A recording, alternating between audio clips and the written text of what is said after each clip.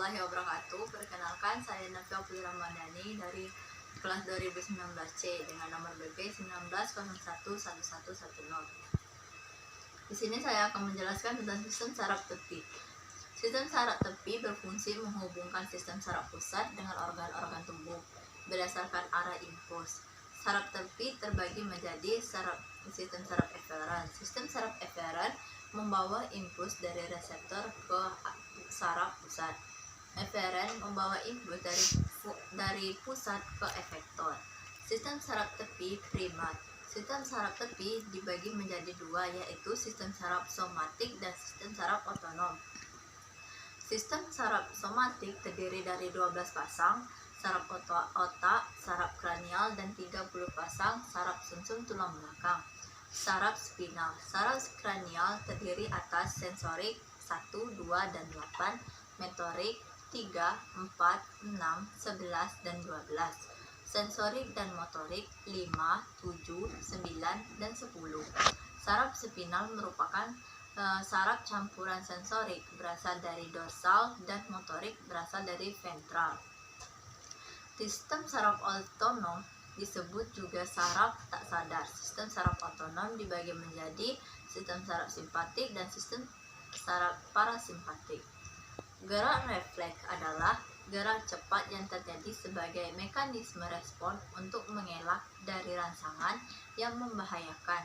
Refleks berasal dari kata reflexus yang artinya melengkung. Gerak refleks dapat dibedakan menjadi refleks bawaan atau tunggal, refleks kompleks, dan refleks dipelajari. Alat indera adalah organ yang peka terhadap rangsangan tertentu. Manusia memiliki 5 alat indera, yaitu mata, telinga, hidung, lidah, dan mulut. Mata adalah alat indera yang peka terhadap cahaya. Mata dilindungi oleh alis, kelopak mata, dan kelenjar air mata. Dinding bola mata terdiri dari 3 lapis, yaitu sklera, choroidea, retina. Sklera adalah lapisan terluar keras dan berwarna putih. Bagian depan lapisan ini menonjol dan disebut dengan kornea. Choroidea merupakan lapisan kedua, mengandung banyak pembuluh darah. Bagian dengan lapisan ini sedikit terbuka dan disebut dengan pupil. Sel-sel choroidea di sekitar pupil mengandung warna yang disebut dengan iris. Lensa mata terletak di belakang pupil, berfungsi membentuk bayangan benda. Lensa mata membentuk cekung dan lentur. Retina atau selaput jala sebagai penangkap bayangan benda. Retina mengandung reseptor yang peka terhadap cahaya, yaitu sel batang basilos, berfungsi pada cahaya suram dan tidak mengenal warna. Sel kerucut konus berfungsi pada cahaya terang dan mengenal warna. Selanjutnya yaitu telinga. Telinga adalah organ yang peka terhadap suara. Telinga terdiri dari telinga luar, telinga tengah, dan telinga dalam. Telinga luar terdiri atas daun telinga, lubang telinga, gendang telinga. Telinga tengah terdiri dari tulang martil, malleus, tulang landasan, incus, dan tulang sanggur di stapes. Telinga tengah dihubungkan dengan mulut oleh saluran eutapis. Telinga dalam terdiri atas rumah siput, 3 saluran belum, semicircularis, kolea berfungsi dalam penerimaan suara. Saluran gelung berfungsi sebagai alat keseimbangan.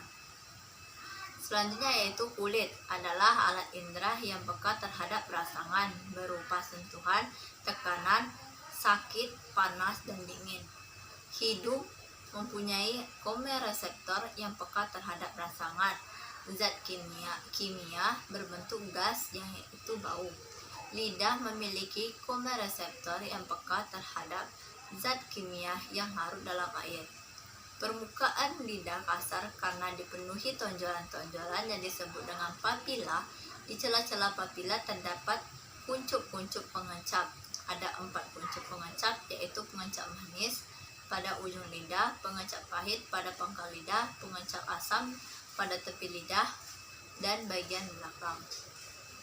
Kelainan dan penyakit pada alat indera yaitu astigmatis, pentasilindris, bola mata tidak bulat, tidak dapat melihat garis-garis horizontal dan vertikal bersamaan.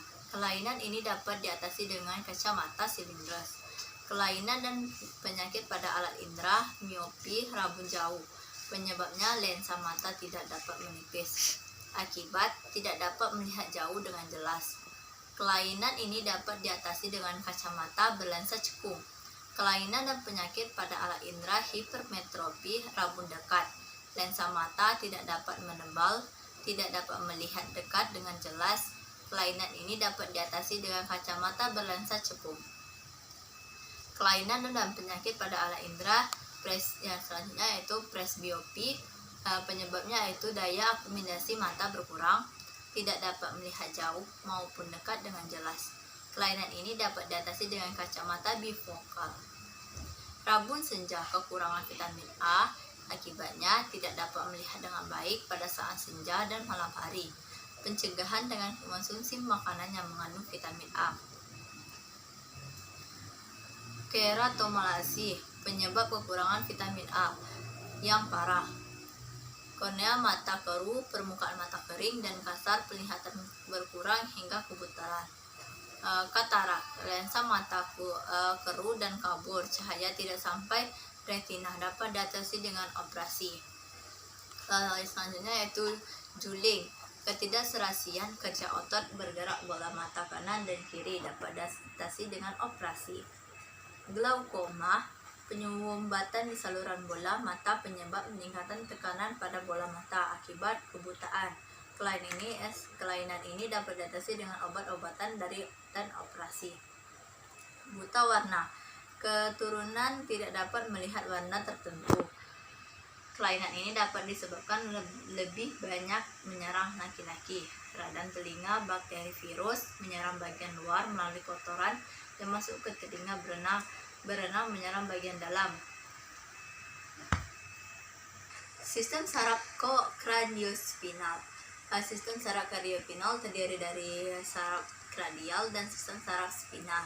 Sistem saraf kranial dibangun oleh 12 pasang saraf yang keluar dari otak, sedangkan sistem saraf spinal dibangun oleh 31 pasang saraf yang keluar dari sumsum tulang belakang. Saraf kranial terutama berhubungan dengan reseptor dan efektor untuk daerah kepala, sedangkan saraf spinal melayani dan efektor lainnya yang berada dalam tubuh. Saraf kranial, 12 pasang saraf keluar dari permukaan belakang otak manusia, terdiri atas saraf sensorik dan saraf motorik.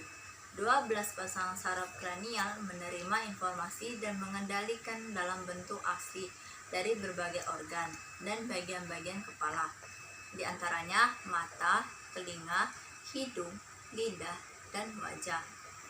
Meskipun saraf kranial tampak hanya merespon rangsang di sekitar kepala, ada beberapa pasang saraf yang merespon kotak suara, pangkal tenggorokan, dan detak jantung, paru-paru, dan saluran pencernaan. Yang pertama saya akan menjelaskan satu olfaktorus. Jenis neuronnya sensorik, yaitu fungsinya untuk mencium. Optikus, jenis neuron sensorik, fungsi untuk melihat. Okulomotoris, motorik, mengerling. Yang selanjutnya trachearis, motorik, bergerak dari bola mata. Trigenius, motorik sensorik, mengunyah, sakit, tekanan, panas, dan suhu. Absuden, motorik, menggerakkan bola mata. Facialitas, bertorik sensorik, mimik muka mengecap.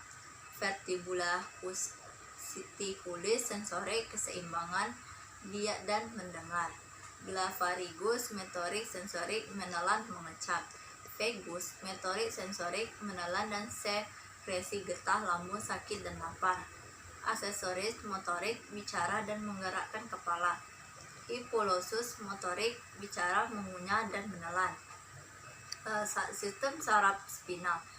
Sumsum tulang belakang membentuk banyak pasangan saraf pada manusia, terdiri dari 30 pasang saraf. Setiap pasang saraf keluar dari celah yang terbentuk antara dua vertebra setiap pasang saraf, merespon rangsangan kegiatan tubuh. Di luar kepala, seluruh saraf spinal merupakan gabungan saraf sensorik eferen dan motorik eferen. Saraf spinal berhubungan dengan sistem kerja saraf otonom.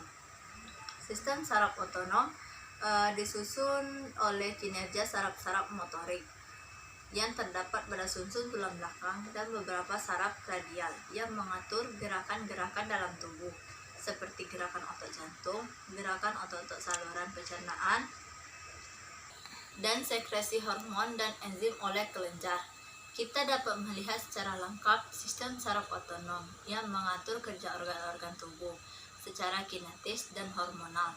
Sistem saraf otonom bekerja di bawah kontrol saraf tak sadar. Ada dua macam sistem saraf otonom yang bekerja antagonis. Yang pertama, sistem saraf parasimpatik. Sel-sel sarafnya berasal dari sumsum tulang leher dan sumsum ruas terbawah tulang belakang.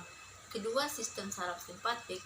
Sel-sel sarafnya keluar dari sumsum bagian tengah, ruas-ruas tulang belakang. Pada umumnya, kedua sistem saraf otonom ini bekerja pada organ yang sama. Misalnya, sistem saraf simpatik mengeluarkan hormon norepinefrin